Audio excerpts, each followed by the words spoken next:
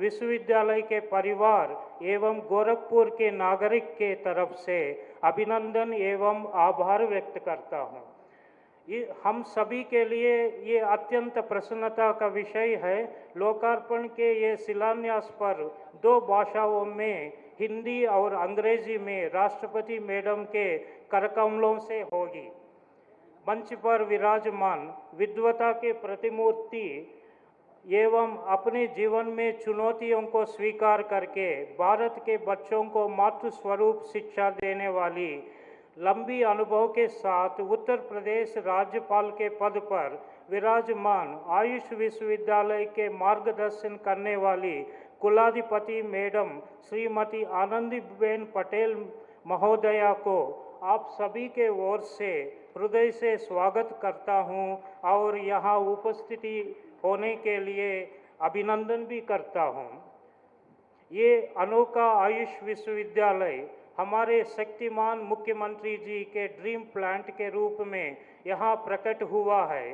कर्म दक्षता के निदर्शन यशस्वी मुख्यमंत्री योगी आदित्यनाथ जी को अपने ही गोरखपुर में इस आयुष विश्वविद्यालय परिवार के ओर से और गोरखपुर के जनता जनार्दन के तरफ से मैं हृदय से स्वागत करता हूं। समय समय पर हमें मार्गदर्शन करते हुए, हमें एक नाद वैद्य के रूप में दिशा निर्देश करते हुए आरोग्य शास्त्र के इस भव्य विश्वविद्यालय का निर्माण में आपका मार्गदर्शन हमारे लिए बहुत महत्वपूर्ण है। इस विश्वविद्यालय का अंतर्राष्ट्रीय स्तर पर आगे बढ़ाने के लिए आपके आशीर्वाद हमें शक्ति प्रदान करती है।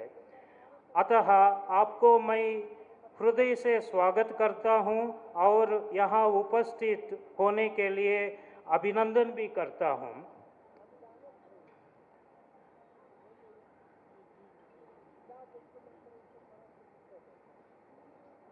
माननीय कैबिनेट मंत्री जी सूर्य प्रताप शाही जी, माननीय स्वतंत्र देव सिंह जी कैबिनेट मिनिस्टर जल शक्ति और आयुष राज्य मंत्री श्री दयाशंकर मिश्र जी, श्री रविकिशन शुक्ला जी एमपी गोरखपुर को भी मैं हृदय से स्वागत करता हूं। यहां उपस्थित होने के लिए अभिनंदन भी करता हूं। सभा में उपस्थित सभी एमपी एमएलए, गोरखपुर के नागरिक एवं सज्जनों और गोरखपुर जिले के अनेक गांवों से आए हुए जनता जनार्दन जो इस लोकार्पण के समारोह में साक्षी बनकर यहाँ उपस्थिति होने के लिए आप सबको स्वागत करता हूँ और हृदय से अभिनंदन भी करता हूँ। नमस्कार।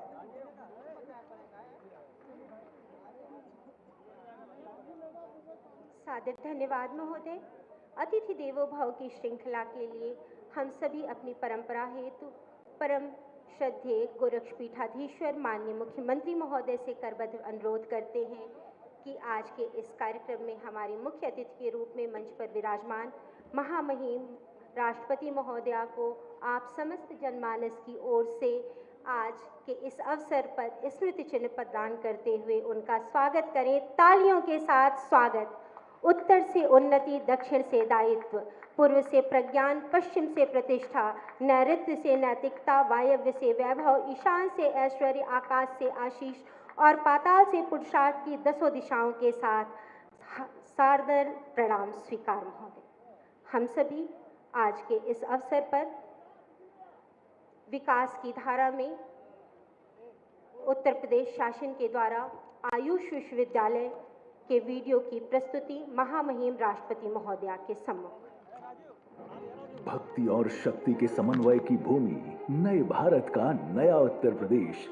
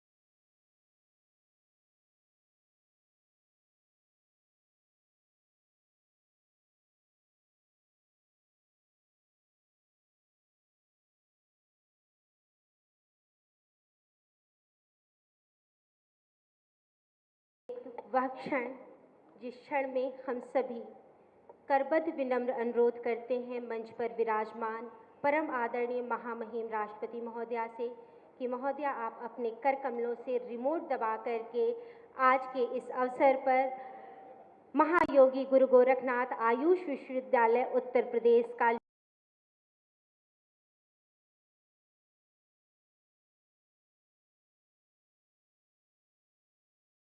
आयुष विश्वविद्यालय का लोकार्पण महामहिम राष्ट्रपति महोदया के कर कमलों से माननीय राज्यपाल एवं माननीय मुख्यमंत्री महोदय के सानिध्य में इस लोकार्पण के कार्यक्रम के उपरांत हम सभी उद्बोधन हेतु विनम्र अनुरोध करते हैं माननीय मंत्री स्वतंत्र प्रभार आयुष एवं खाद्य सुरक्षा डॉक्टर दयाशंकर मिश्रा दयालु जी से कि माननीय महोदय आप अपने उद्बोधन के द्वारा हम सभी को अभिसिंचित करें। सादर अनुरोध।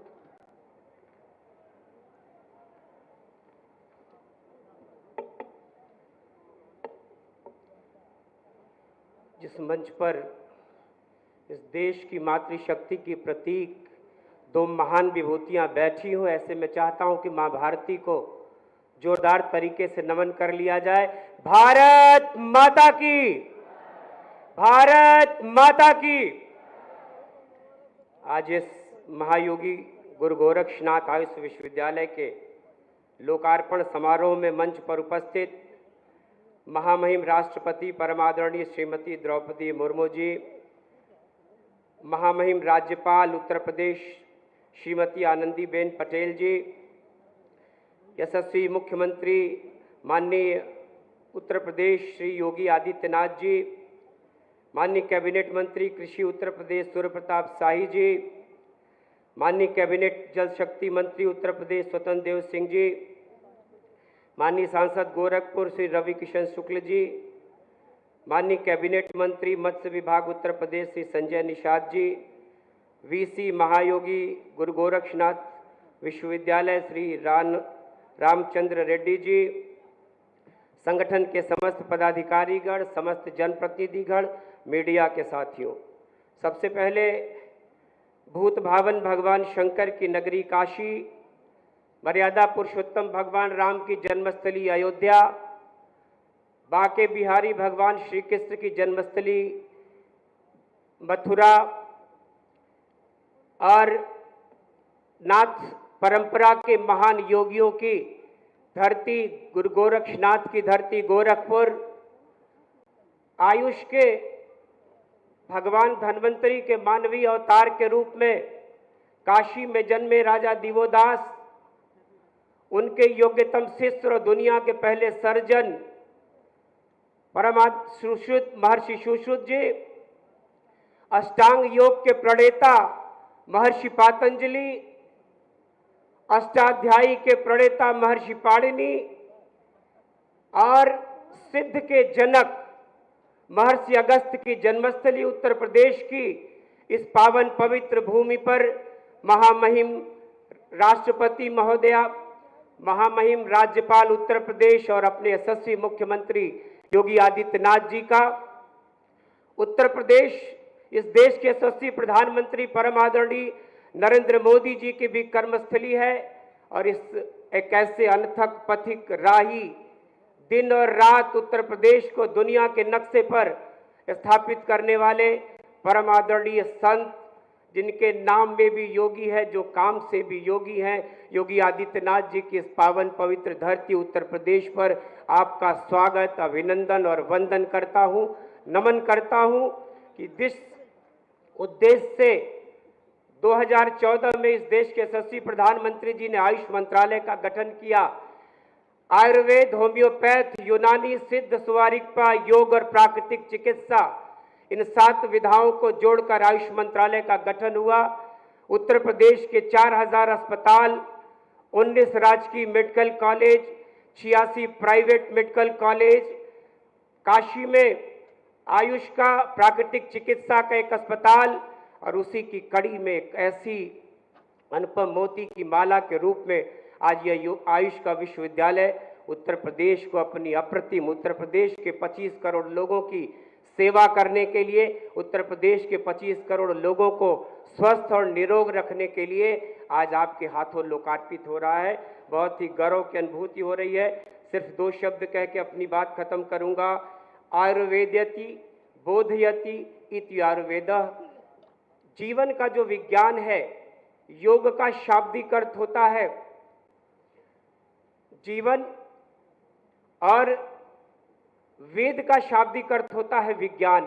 तो जीवन के विज्ञान के, जीवन के एक निरोग और स्वस्थ रखने की कामना, जो मोदी जी का सपना है, योगी जी का सपना है कि निरोग भारत, स्वस्थ भारत, ये दुनिया के लिए एक ऐसी मिसाल, एक ऐसी नज़ीर कायम करेगा जिसका सारा विश्व सम्मान करेगा।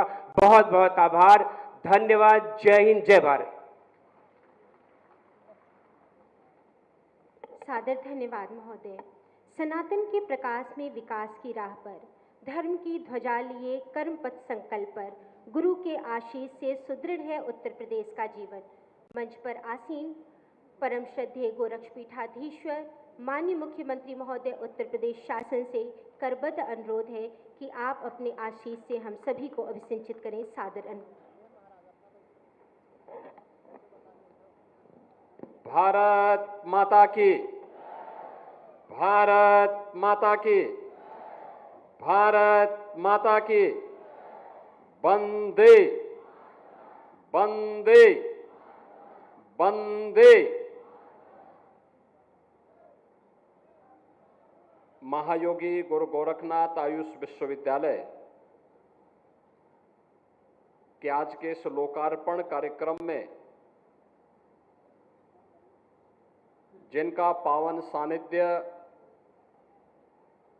आज पूर्वी उत्तर प्रदेश के नागरिकों को प्राप्त हो रहा है, भारत की माननीय राष्ट्रपति आदरणीय द्रौपदी मुर्मू जी कल से ही गोरखपुर में अपना सानिध्य और आशीर्वाद यहां के वासियों पर बरसा रही है।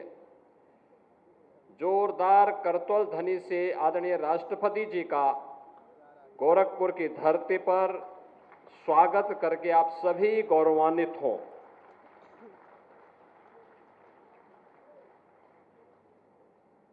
आयुष विश्वविद्यालय के आज के इस लोकार्पण कार्यक्रम के अवसर पर मैं प्रदेशवासियों की ओर से, पूर्वी उत्तर प्रदेश वासियों की ओर से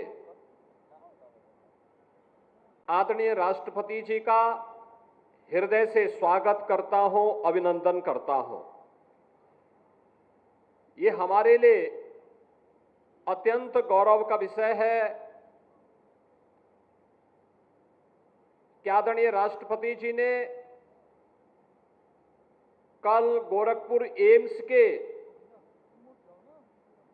पहले दीक्षांत समारोह में सहभागिता देकर के वहां से निकलने वाले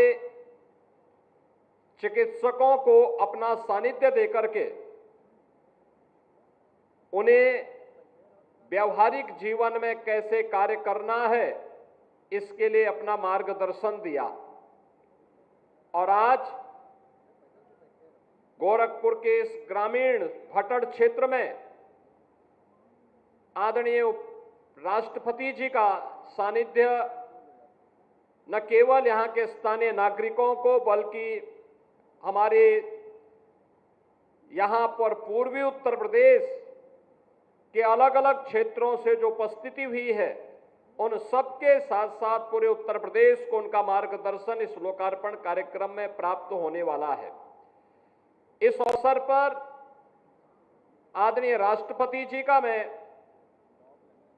हृदय से अभिनंदन करता हूं, स्वागत करता हूं। ये हमारे लिए अत्यंत गौरव का विषय है कि आज के इस समारोह में अति विशिष्ट अतिथि के रूप में प्रदेश की आदरणीय राज्यपाल माननीय श्री आनंदीबेन पटेल जी का आशीर्वाद और मार्गदर्शन हम सबको प्राप्त हो रहा है। मैं इस अवसर पर आप सभी उपस्थित जनों की ओर से उत्तर प्रदेश सरकार की ओर से और पूर्वी उत्तर प्रदेश की जनता जनार्दन की ओर से आदरणीय राज्यपाल महोदया का भी हृदय से मैं स्वागत करता हूं, अभिनंदन करता हूं। समारोह में उपस्थित प्रदेश सरकार में मंत्रिमंडल के मेरे सहयोगी वरिष्ठ मंत्री श्री सूर्य प्रताप शाही जी, जल शक्ति मंत्री श्री स्वतंत्र देव सिंह जी, मत्स्य विभाग के मंत्री डॉक्टर संजय निषाद जी, आयुष विभाग के मंत्री डॉक्टर दयाशंकर मिश्रा दयालु जी, लोकप्रिय सांसद श्री रवि किशन जी, यहां के लोकप्रिय विधायक श्री महेंद्र पाल सिंह जी, पूर्वी उत्तर प्रदेश के हमारे सभी माननीय जनप्रतिनिधिगण, माननीय सांसद, माननीय विधायक, विधान परिषद के सदस्यगण, अन्य सम्मानित जनप्रतिनिधिगण, विश्वविद्यालय के कुलपति प्रोफेसर के रामचंद्र रेड्डी जी और उपस्थित सभी बहनों और भाइयों, आज का दिन इस पूरे क्षेत्र के लिए अत्यंत गौरवशाली क्षण है, जब देश की राष्ट्रपति जी के कर कमलों से जो हमारी ट्रेडिशनल मेडिसिन की विधा है, जो पारंपरिक हमारी आयुष की पद्धति है, उसके एक विश्वविद्यालय का लोकार्पण उनके कर कमलों से हो रहा है। बहनों और भाइयों, हम सब जानते हैं 2014 के पहले भारत की आरोग्यता की सुविधा को वैश्विक मान्यता जिस रूप में मिलनी चाहिए थी, नहीं मिल पाई थी। हम आभारी हैं देश के यशस्वी प्रधानमंत्री जी का, जिन्होंने 2014 में आने प्रधानमंत्री बनने के साथ ही देश के अंदर आयुर्वेद, यूनानी, होम्योपैथ, योग एंड नेचुरोपैथी, सिद्धा, इन सब को मिलाकर के भारत की ये अलग अलग और दुनिया के कुछ महत्वपूर्ण ट्रेडिशनल आरोग्यता की विधाओं को आयुष मंत्रालय के रूप में देश के अंदर एक मंच दिया और आज आयुष मंत्रालय देश के अंदर प्रधानमंत्री जी के मार्गदर्शन और नेतृत्व में देश के नागरिकों के मन में अपनी परंपरागत आरोग्यता की पद्धति का अनुसरण करते हुए संपूर्ण आरोग्यता के लक्ष्य को प्राप्त कर रही है। उत्तर प्रदेश का यह आयुष का पहला विश्वविद्यालय है। जैसा यहां पर आयुष मंत्री कह रहे थे कि आयुर्वेद, होम्योपैथ, यूनानी और अन्य ऐसी तमाम पद्धतियों से जुड़े हुए कॉलेजेस जो बिखरे हुए थे स्थानीय विश्वविद्यालयों से, जिनकी संबद्धता हुआ करती थी, अब इनकी संबद्धता हम लोगों ने इसी विश्वविद्यालय से कर ली है और आज लोकार्पण के साथ ही इस विश्वविद्यालय में इस नए सत्र में प्रवेश की प्रक्रिया को भी अब आगे बढ़ाने का कार्यक्रम प्रदेश सरकार आगे बढ़ाएगी और यहां पर आयुर्वेद से जुड़े हुए, होम्योपैथ से जुड़े हुए, योग एंड नेचुरोपैथी से जुड़े हुए, सिद्धा पद्धति से जुड़ी हुई आरोग्यता की उस विधा का लाभ न केवल यहां के लोग कर पाएंगे, बल्कि उसके रिसर्च एंड डेवलपमेंट के एक नए केंद्र के रूप में क्षेत्र अब विकसित होकर के यहां के किसानों को, यहां के नौजवानों के लिए ट्रेडिशनल मेडिसिन में एक नई रोजगार की संभावनाओं को विकसित करने में भी इस विश्वविद्यालय की एक बड़ी भूमिका होगी। बहनों और भाइयों, गोरखपुर महायोगी भगवान गोरखनाथ की पावन धरा है और जब हम भारत की आयुष की पद्धति की बात करते हैं तो आयुर्वेद में रसशास्त्र और धातु विज्ञान का आविष्कार नवनाथ 84 सिद्धों की परंपरा से जुड़ता है। ये नवनाथ 84 सिद्धों की वो परंपरा जिसको व्यवस्थित स्वरूप देकर के नेतृत्व प्रदान करने का काम भगवान गोरखनाथ ने भगवान शिव के इस योगी अवतार के रूप में भगवान गोरखनाथ ने दिया था। भगवान गोरखनाथ के नाम पर बने हुए इस आयुष विश्वविद्यालय के माध्यम से भारत की परंपरागत आरोग्यता की विधा का लाभ हमारा नौजवान ले सके। भारत प्रधानमंत्री जी के विजन के अनुरूप हेल्थ टूरिज्म के एक नए डेस्टिनेशन के रूप में दुनिया को अपनी ओर आकर्षित कर सके, इस दृष्टि से यह विश्वविद्यालय एक निर्णायक भूमिका का निर्वहन करेगा। प्रदेश के अंदर अभी हमारे 6 ऐसे कमिश्नरी हैं जहां पर आयुष पद्धति का कोई महाविद्यालय नहीं और सरकार ने तय किया है कि हम उन मंडलों में भी एक एक आयुष पद्धति का कॉलेज स्थापित करेंगे, वहां पे कॉलेजेस स्थापित होंगे। आज की पीढ़ी को इन ट्रेडिशनल मेडिसिन की विधा के साथ जुड़ने का अवसर प्राप्त होगा तो हर जनपद में एक आरोग्यता के लिए हेल्थ एंड वेलनेस सेंटर बनेगा जो 100 बेडेड का मिनिमम होगा।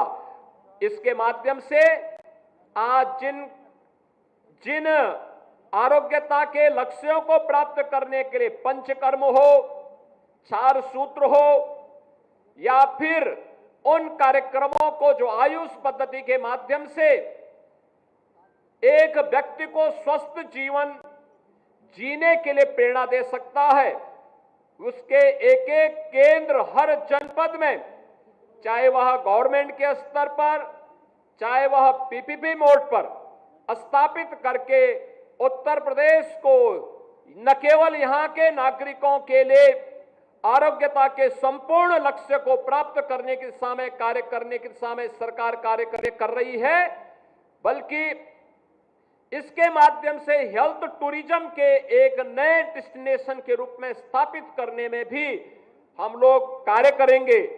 स्थानीय किसानों को मेडिसिनल प्लांट के माध्यम से रोजगार की अनंत संभावनाओं को आगे बढ़ाने के लिए भी आज के समारोह के कार्यक्रम का अत्यंत महत्वपूर्ण होगा। आज के इस अवसर पर हम सबको सानिध्य प्राप्त हो रहा है आदरणीय राष्ट्रपति जी का, आदरणीय राज्यपाल महोदय का, प्रदेश सरकार के हमारे मंत्रियों का, पूर्वी उत्तर प्रदेश के हमारे माननीय जनप्रतिनिधियों का, माननीय सांसद, माननीय विधायक, अन्य माननीय जनप्रतिनिधियों का। स्वाभाविक रूप से हम इसके माध्यम से आयुष पद्धति का लाभ आम जन तक पहुंचाने में सफल होंगे। आज के समारोह के अवसर पर एक बार फिर से मैं आदरणीय राष्ट्रपति जी का, आदरणीय राज्यपाल महोदय का हृदय से स्वागत और अभिनंदन करते हुए आयुष विश्वविद्यालय के लोकार्पण के अवसर पर आप सभी को, प्रदेशवासियों को हृदय से बधाई देता हूं, अपनी शुभकामनाएं देता हूं। धन्यवाद। जय हिंद।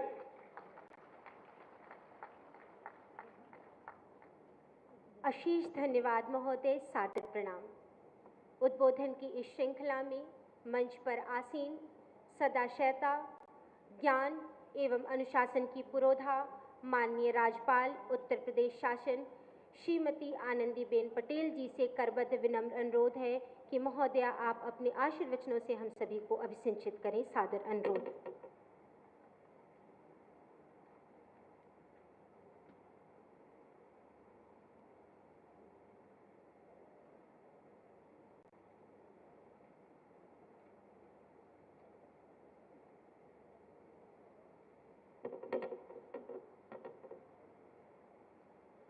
आयुष विश्वविद्यालय के उद्घाटन के समारोह में उपस्थित हमारे देश की माननीय राष्ट्रपति श्रीमती द्रौपदी मुर्मू जी, उत्तर प्रदेश के माननीय मुख्यमंत्री योगी आदित्यनाथ जी, प्रदेश के माननीय जल शक्ति मंत्री श्री स्वतंत्र देव सिंह जी,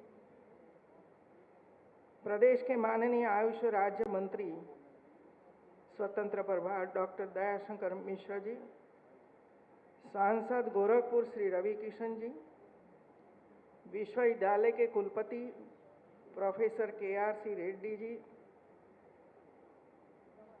सभी विधायकगण, सभी सांसदगण, सभी जनप्रतिनिधियों,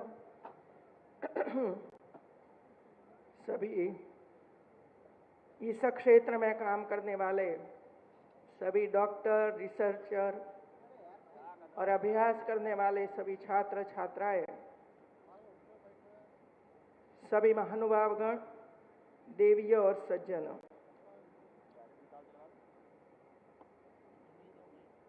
कल गोरखपुर में एम्स विश्वविद्यालय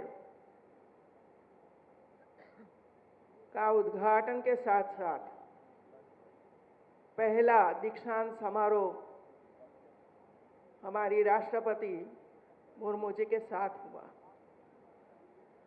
जो बच्चे हमारे पास हुए सबको अवार्ड देकर आशीष दिया गया, मार्गदर्शन दिया गया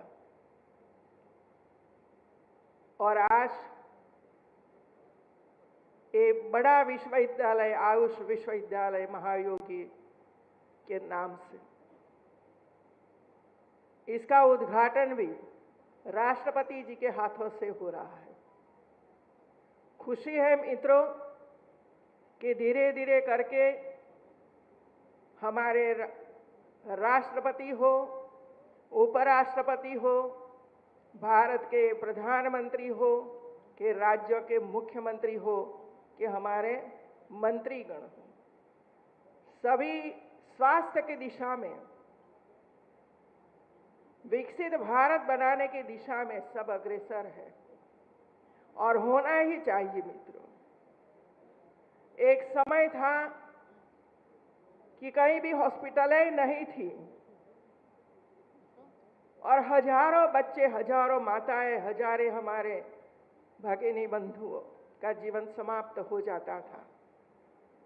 धीरे धीरे करके जो जरूरी है वो दिया जा रहा है और आधा अधूरा नहीं दिया है, लेकिन पूर्ण स्वरूप हॉस्पिटल हो, विश्वविद्यालय हो और जो जरूरी चीजें हैं, सुविधाएं हैं, सभी सुविधाओं के साथ ये दिया जा रहा है।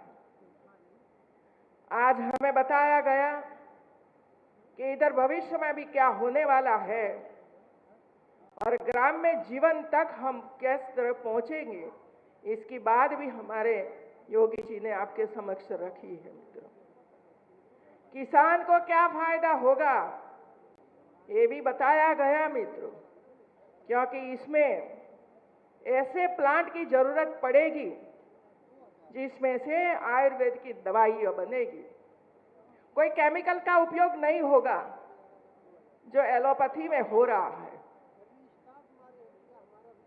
हर गांव इसके लिए जो तैयार हो जाए, एक गांव एक मेडिसिनल प्लांट उगाए, दूसरा गांव दूसरा, तीसरा गांव तीसरा, तो आर्थिक उपार्जन भी होगा और देश की जनता के लिए आशीर्वाद रूप भी होगा।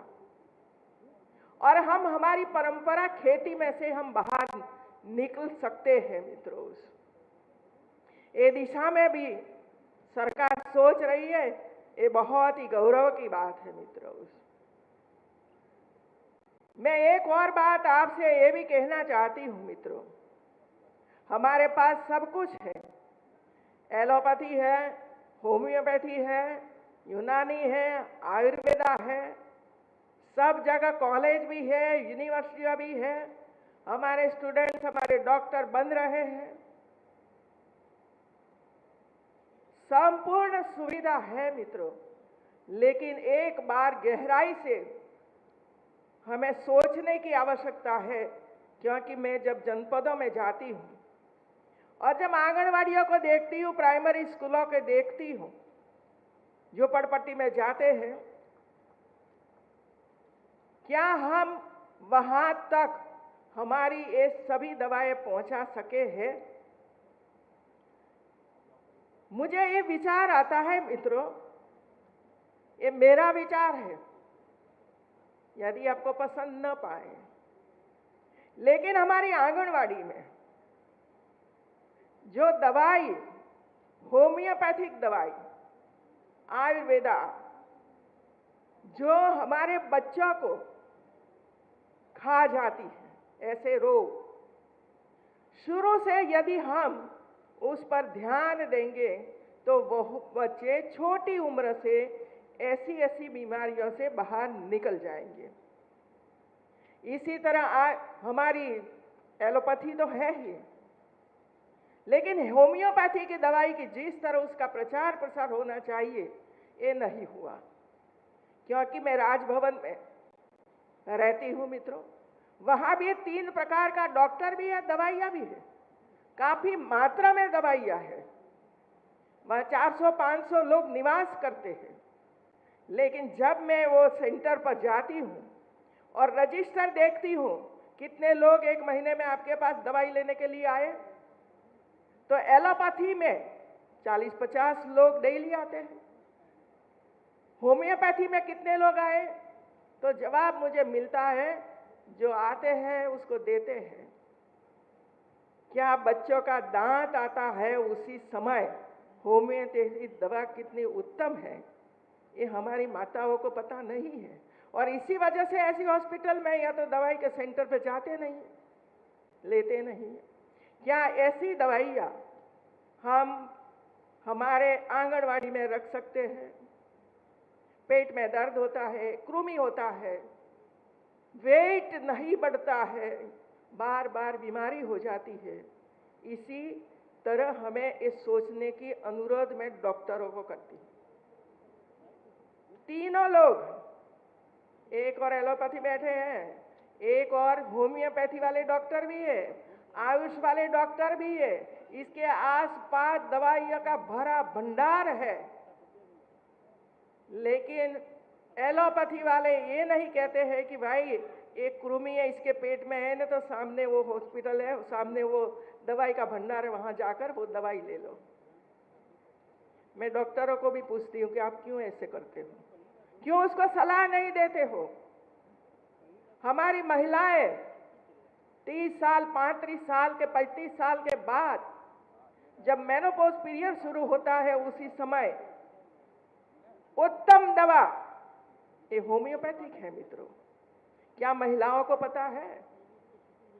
वो तो डॉक्टरों के पास जाती है, दवाई खाती है, परेशान होती रहती है, और अंत में डॉक्टर ये कहेगा ऑपरेशन करवा दो, तो ऑपरेशन हो जाता है। यदि समय पे कुछ नहीं हुआ तो कैंसर की भोग भी बन जाती है, और कैंसर में ही कैंसल हो जाती है। इसी वजह से आप सबको ये पता है मित्रों कि इतनी अच्छी अच्छी दवाइयाँ का संशोधन किया है, बनाया है, और सरकारों ने लाखों करोड़ों रुपया खर्च करके ऐसे सेंटरों पर पहुंचाया है। कमी कहीं नहीं है मित्रों, कमी हमारे डॉक्टरों में, समाज सेवियों में, हमारे जनप्रतिनिधियों में। एक कमी होने की वजह से हम इसका प्रचार प्रसार नहीं करते। क्या हम गांव का विजिट करते हैं एक जनप्रतिनिधि के रूप में? क्या जनता को हम नहीं बता सकते हैं कि ऐसी ऐसी दवाई है? हमारे प्रधानमंत्री और हमारे योगी जी चिंता करें, श्री अन्न की चिंता करें, व्यंजन खाओ, ये करो, ये करो, आयुष्मान योजना आपके तक पहुंचाने का प्रयास हो, उसका कार्ड मिले जिसकी वजह से ज्यादा बोझ आप पर न पड़े। यदि हम शुरू से प्रेग्नेंट वुमन से काम की शुरुआत करेंगे तो मैं मानती हूं कि भारत सरकार और राज्य सरकार का आधा बजट कम हो जाएगा मित्रों। प्रेग्नेंट वुमन को भी क्या जरूरी है उसी समय? जांच तो होती रहती है हर महीने, लेकिन जांच में क्या आता है, उसको क्या जरूरत है उसी समय? ये तीनों डॉक्टरों की जरूरत है कि उसको ये सलाह दीजिए और वहां दवाई रखिए, जिसकी वजह से हमारी आंगनवाड़ी कार्यकर्त्री और आशा वर्कर ये काम कर दे। मित्रों, समय पे दवा बच्चों को दे दे। पाचन क्रिया नहीं होती है, डायरिया हो जाता है, गर्मी में कुछ बीमार हो जाते हैं, उसी समय भी हम कहते हैं कि नींबू पानी पियो, ये पियो, ये पियो, लेकिन अपने घरों तक ही सीमित रह जाता है। मित्रों, आज का ये प्रसंग ये है मित्रों कि आयुर्वेद का इतना बड़ा सेंटर ये पूर्वांचल विस्तार में शुरू हो रहा है, और पूर्वांचल विस्तार वैसे ही गरीबाई से पीड़ित है मित्रों, और इसी वजह से इसका सबसे लाभ आप सब लोगों को उठाना चाहिए, और जो भी मार्गदर्शन मिले ये सहर्ष स्वीकार करके अपने अपने तरीके से अपने खेतों में, अपने घरों में, अपने व्यंजन बनाए हुए इसमें काम ऑयल का उपयोग करो। ये भी हमारे प्रधानमंत्री हमें कहते हैं कि मोटापा बढ़ गया है, बच्चों में भी मोटापा हो रहा है, 10% ऑयल कम करो। इतनी चिंता कौन करता है मित्रों? कौन से देश के प्रधानमंत्री ऐसी चिंता पब्लिक की करते हैं, जनता की करते हैं? मित्रों, हम सब मिलकर जो कि रचनाएं भारत सरकार की है, राज्य सरकारों की जितनी योजनाएं हैं, ये सभी योजनाओं हम हर घर तक, हर व्यक्ति तक किस तरह पहुंचाए, इस पर हमें चर्चा करने की जरूरत है। और हमारे डॉक्टर इस दिशा में आगे बढ़ेंगे। हमारे जो यूनिवर्सिटियों में जो स्टूडेंट पढ़ते हैं वो भी गांव में जाकर बच्चों की जांच करके बताए कि उसको इसकी ज़रूरत है, उसको इसकी ज़रूरत है, और इसी हिसाब से वहाँ दवाई पहुँचे, और उसको एक चार्ट बनाकर रखे। ये चार्ट में भी ये सब कुछ लिखा हुआ हो, इसी तरह हम काम करेंगे। मित्रों, आज के अवसर पर हमारे बीच 2 दिन से भारत की राष्ट्रपति आदरणीय द्रौपदी मुर्मू जी उपस्थित है, मार्गदर्शन दे रही है। उनको सुनिए मित्रों, कल इतनी सारी बातें उन्होंने की है, दिल को छू लेने वाली बातें थी उनकी। मित्रों, यदि हमें दिल में छू नहीं जाता है ना, तो इसका कोई प्रभाव नहीं पड़ता है। मित्रों, ऐसी ऐसी बातें कल हम सब लोगों को बताया है। मित्रों, आज भी ऐसी बातें हम जानेंगे जो भविष्य में हमारे बच्चों के लिए, हमारे देश के लिए उपयोगी होगा। मित्रों, एक अच्छी यूनिवर्सिटी जब बन रही है, ये अच्छी रहे और आगे बढ़े और लाखों लोगों को बीमारियों में से मुक्त कर दे। जिस तरह हम टीबी वाला बच्चों को, टीबी वाले पेशेंट को टीबी में से मुक्त कर रहे हैं, इसी तरह ऐसी बीमारियों में से हमारे परिवारजनों को इसे रोग में से हम सदा के लिए मुक्त हो, ऐसे विचार के साथ हम आगे बढ़ेंगे। आप सबको बहुत बहुत बधाई, धन्यवाद।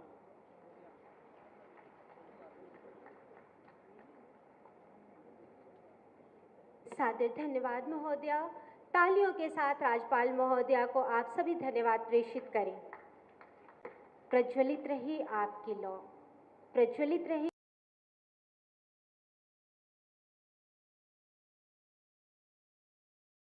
कायम रहे अस्तित्व आपका, जब तक आलोकित करें सूर्य चंद्र धरा गगन को। पुष्पित पल्वित होती रहे मानवता आपके सानिध्य में। सर्वे भवन्तु सुखिनः चरितार्थ हो आपके संरक्षण में। करबद्ध विनम्र अनुरोध मंच पर विराजमान भारतवर्ष गणराज्य की प्रथम नागरिक परम आदरणीय महामहिम राष्ट्रपति महोदया से कि महोदया आप अपने आशीर्वचनों से हम सभी को अभिसिंचित कर अनुग्रहित करें। तालियों के साथ इस क्षण को आप सभी सादर प्रणाम, अपने स्थान पर खड़े होकर के प्रणाम निवेदित करें। गुंजायमान ध्वनि।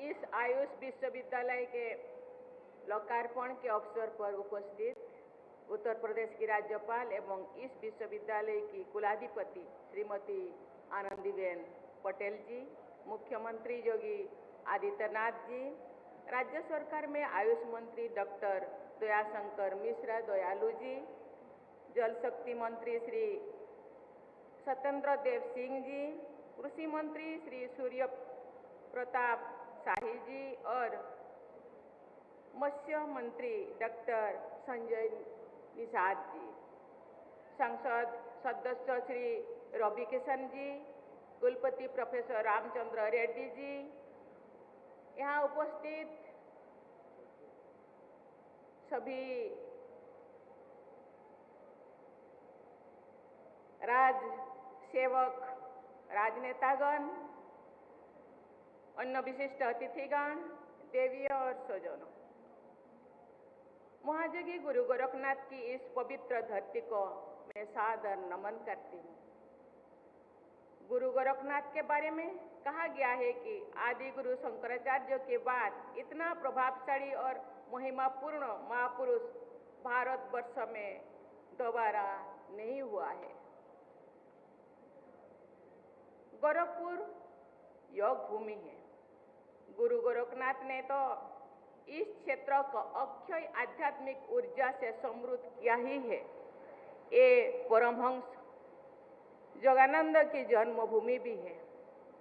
आप सभी भाई बहन ऐसे महान स्थानीय परंपराओं से जुड़े हुए हैं जिनका राष्ट्रीय महत्व है, जिनका पूरी मानवता पर प्रभाव है।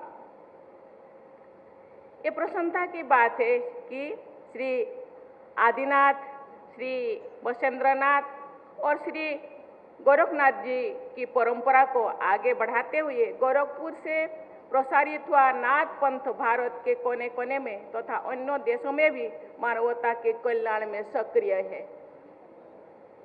तपस्या, साधना और अध्यात्म की ये धरती आत्मगौरव तथा राष्ट्र प्रेम की आधार भूमि भी है। 18वीं सदी के सन्यासी विद्रोह से लेकर के 1857 के स्वाधीनता संग्राम तक गोरखपुर एक नाथ पंथ की योगी जन कल्याण और स्वाधीनता संग्राम के सूत्रधार रहे। इस धरती से बाबू बंधु सिंह और रामप्रसाद बिस्मिल जैसे बलिदानियों की गाथाएं जुड़ी है। गोरखपुर से जुड़ी ऐसे महान विभूतियों को मैं सादर प्रणाम करती हूँ, नमन करती हूँ। लगभग 100 वर्ष से गीता प्रेस गोरखपुर से ने भारत के जनमानस की धर्म और संस्कृति से जुड़ी रखने का महान कार्य किया है। संस्कृत और हिंदी के अलावा अन्य अनेक भाषाएं में गीता प्रेस की प्रकाशन उपलब्ध है। ओडिया भागवत के नाम से विख्यात अतिबड़ी जगन्नाथ दास द्वारा रचित भागवत महापुराण को ओडिशा के लोग बड़े सम्मान से पढ़ते हैं। ओडिया भागवत का प्रकाशन और प्रसार भी गीता प्रेस गोरखपुर द्वारा किया गया है। कल शाम को मुझे श्री गोरखनाथ जी मंदिर से मैं दर्शन करने का मौका मिला, पूजन करने का मौका मिला, तो वहाँ मुझे ओडिया भाषा में गीता प्रेस गोरखपुर द्वारा प्रकाशित शिव पुराण और भागवत की प्रतियां भेंट की गई है। वे पुस्तकें मेरे पास गोरखपुर की अमूल्य सौगात और स्मृति के रूप में सदैव संरक्षित होकर के रहेगा। मुझे ये जानकर बहुत प्रसन्नता हो रही है कि विगत कुछ वर्षों में गोरखपुर में इंफ्रास्ट्रक्चर का बहुत तेज गति से विकास हो रहा है। गोरखपुर इंडस्ट्रियल डेवलपमेंट अथॉरिटी यानी गीडा की गतिविधियों से बड़े पैमाने पर विस्तार हुआ है। यहाँ के टेराकोटा के कलात्मक उत्पादन देश विदेश में निरंतर और अधिक लोकप्रिय हो रही है। ऐसे अनेक उपलब्धियों से यहाँ के निवासियों में निश्चित ही नई ऊर्जा और आकांक्षाओं का संचार हो रहा है। देवी और स्वजनों, भाई और बहनों, महायोगी गुरु गोरखनाथ जैसे विलक्षण विभूति के पवित्र नाम से जुड़े इस विश्वविद्यालय में आकर उनके प्रति श्रद्धा, मुझ में और अधिक प्रबल संचार हो रही है। मैं महायोगी गुरु गोरखनाथ जी की पावन स्मृति को सादर नमन करती हूँ। ये विश्वविद्यालय हमारी समृद्ध प्राचीन परंपराओं का नवनिर्मित तथा प्रभावशाली आधुनिक केंद्र है। इस विश्वविद्यालय का लोकार्पण करके मुझे बहुत प्रसन्नता हो रही है। ये लोकार्पण उत्तर प्रदेश ही नहीं अपितु पूरे देश में मेडिकल एजुकेशन और चिकित्सा सेवा के विकास में एक मील का पत्थर साबित होगा। मुझे ये जानकर खुशी हो रही है कि यहाँ उच्च स्तरीय सुविधाओं का निर्माण किया गया है। इन सुविधाओं का लाभ बड़ी संख्या में जनसामान्य को सुलभ होने लगा है। मुझे बताया गया है कि इस विश्वविद्यालय से संबंध लगभग 100 आयुष कॉलेज यहाँ की उत्कृष्टता से लाभान्वित हो रही है। यहाँ आयुष पद्धतियों में स्नातक से लेकर उच्चतम उपाधियों के स्तर पर भी शिक्षण एवं शोध कार्य किया जा रहा है, आगे किया जाएगा। आयुष पद्धतियों से जुड़े रोजगारपूर्वक पाठ्यक्रमों की शिक्षा भी यहाँ दी जाएगी। मुझे ये भी बताया गया है कि पारंपरिक चिकित्सा पद्धतियों को अंतर्राष्ट्रीय मानकों के अनुरूप विश्व स्तरीय और स्वीकार्य बनाने के लिए यहाँ शोध कार्यों पर विशेष बल दिया जाएगा। उत्तर प्रदेश के इस प्रथम आयुष विश्वविद्यालय की उत्कृष्ट परिकल्पना और निर्माण को दिशा एवं गति प्रदान करने के लिए मैं मुख्यमंत्री योगी आदित्यनाथ जी को बहुत बहुत धन्यवाद देती हूँ। मैं यहाँ एक बातें कहना चाहूँगी। मैं जो जनसेवा में अपने कदम बढ़ाई, मुझे कुछ लोग बताए आपको अथक सेवाधारी बनना है। अथक मीन्स जनसेवा में थकना मना है। आप थक नहीं सकते, दिन रात आपको परिश्रम करना पड़ेगा। आपको निद्राजीत बनना है। मैंने बोली निद्राजीत बनने के लिए डॉक्टर कहते हैं कि आपको 6 या 8 घंटा आपको काम करना पड़ेगा, सोना पड़ेगा, नहीं तो आपकी बॉडी आपको साथ नहीं देगा। लेकिन योगी आदित्यनाथ आदरणीय मुख्यमंत्री जैसी एक जोगी लोग कहते हैं नहीं, निद्रा को जय करने के लिए आपको और अपने को सशक्त बनाने के लिए, फिजिकली और मेंटली सशक्त बनाने के लिए आपको योग करना होगा। योग करने से 8 घंटा का जो नींद आपको 3 घंटे में ही पूरा होगा। मैं धन्यवाद देना चाहती हूँ उनका अथक परिश्रम, जनता के प्रति समर्पण भाव,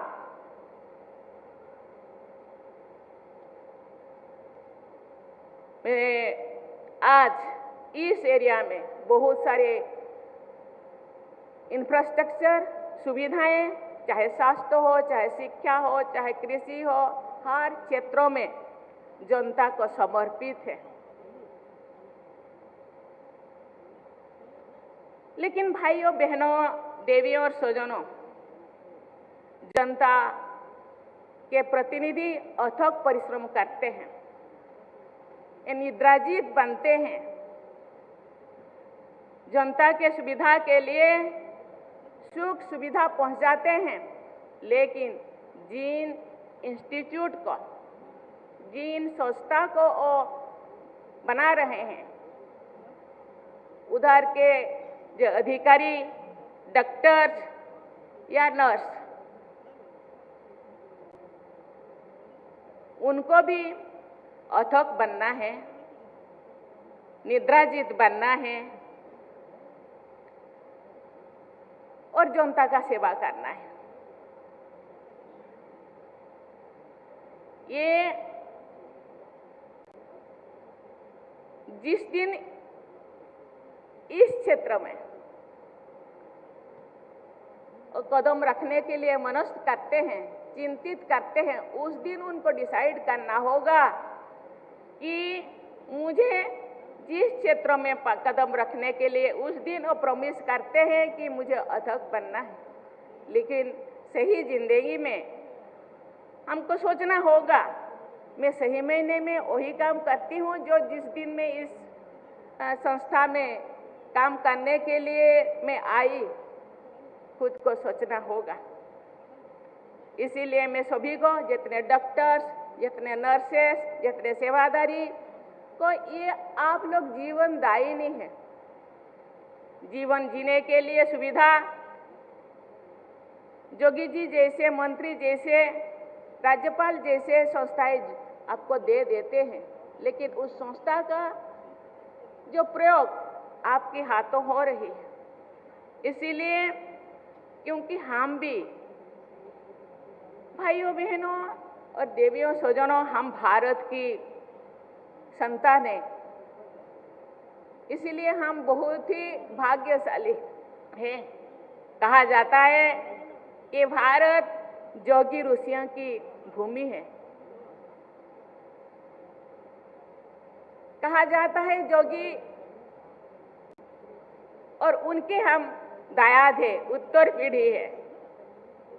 कहा जाता है जोगी ऋषि 300 साल, 400 साल, 200 साल जीते थे। कहा जाता है ये जो शरीर पंचभूतों से तैयारी हुआ है, जल, स्थल, आकाश, ये जिस चीज को हम अभी लेते हैं, इसीलिए ऋषि बागभट कहते हैं जिंदगी जीने के लिए उसको जो पूछा गया, उसको पूछते हैं कि जिंदगी स्वस्थ रखने के लिए क्या चाहिए? हितभुक, ऋतभुक और मितभुक। हितकर, मित और सात्विक। आज जिस चीज को आदरणीय राज्यपाल ने बोले, इसीलिए हमको ध्यान देना होगा। आज हम लोगों के पास संसाधन है, हम लोगों के पास बहुत सारे सुविधाएं हैं, लेकिन सही मायने में हर सुविधा को आप अपने शरीर के लिए यूज करें, यूटिलाइज करें, और जो यूटिलाइज करेंगे हम लोगों का स्वास्थ्य ठीक महीने में स्वस्थ रहेगा। इसीलिए आज जो भी स्कूलें हैं, कॉलेजेस हैं, और सही है, मैं धन्यवाद देना चाहती हूँ प्रधानमंत्री नरेंद्र मोदी जी को। आज इंटरनेशनल योगा डे हो रहा है। योगा केवल एक दिन का नहीं है।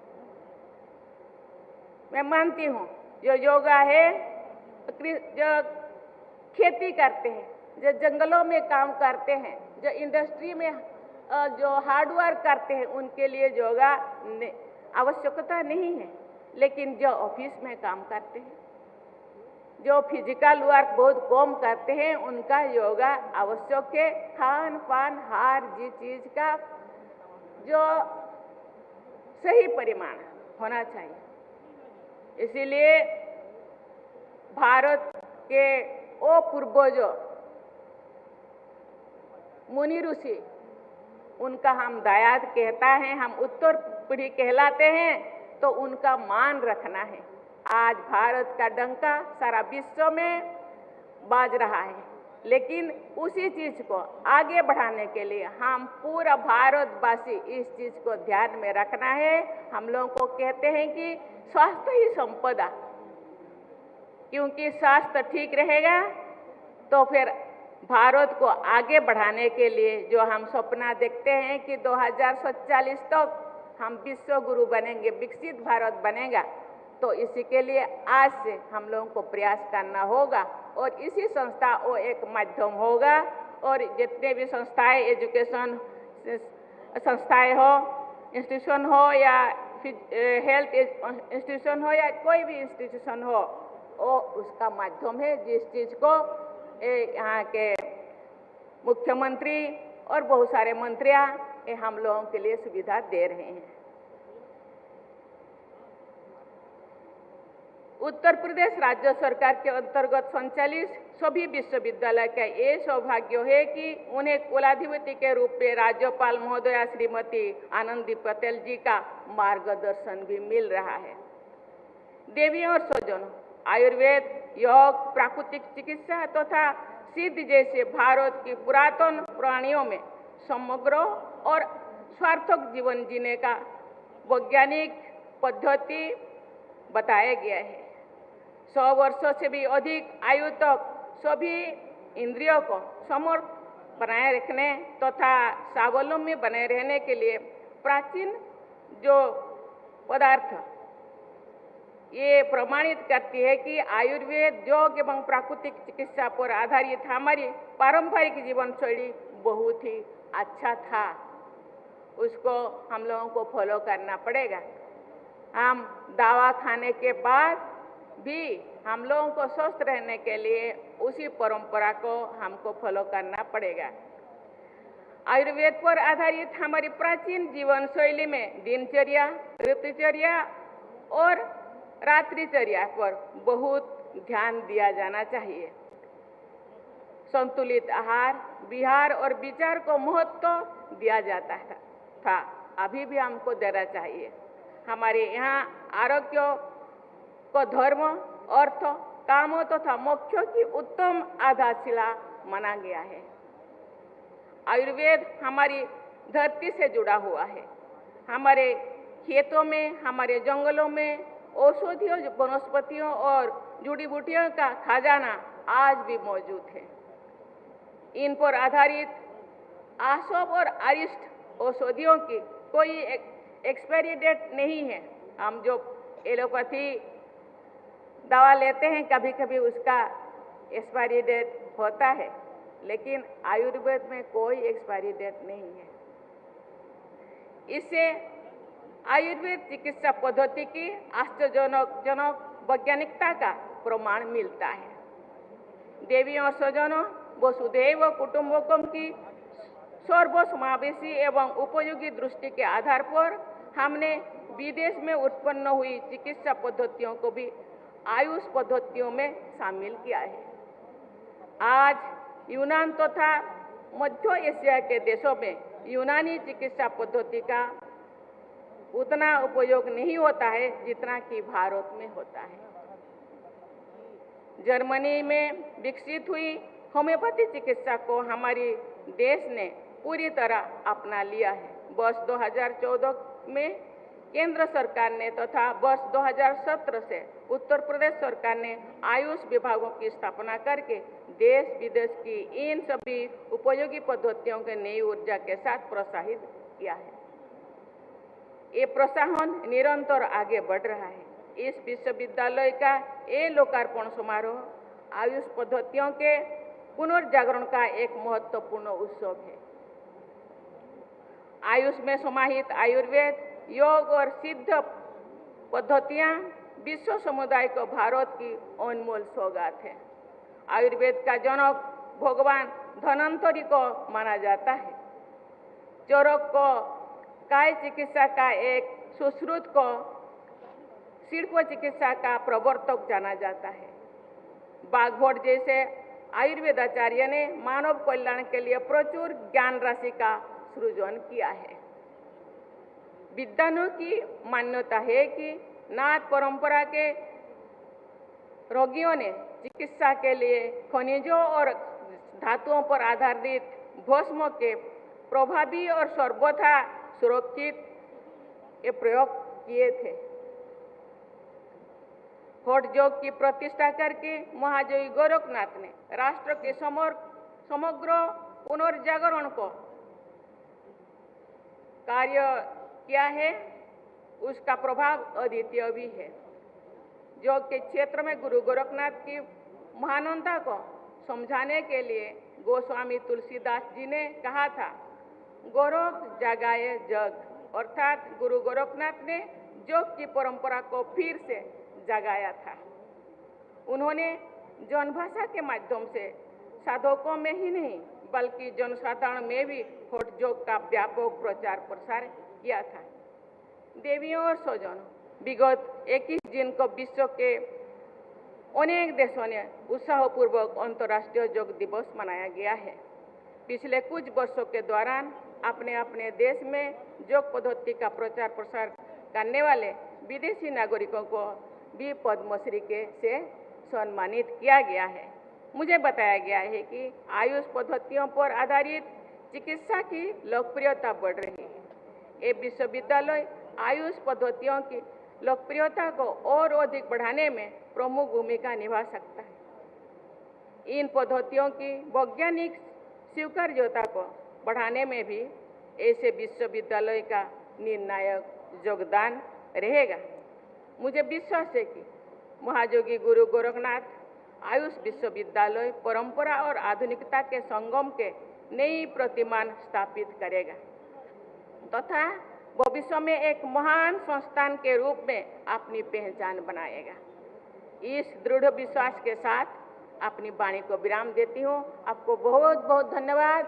जय हिंद, जय भारत।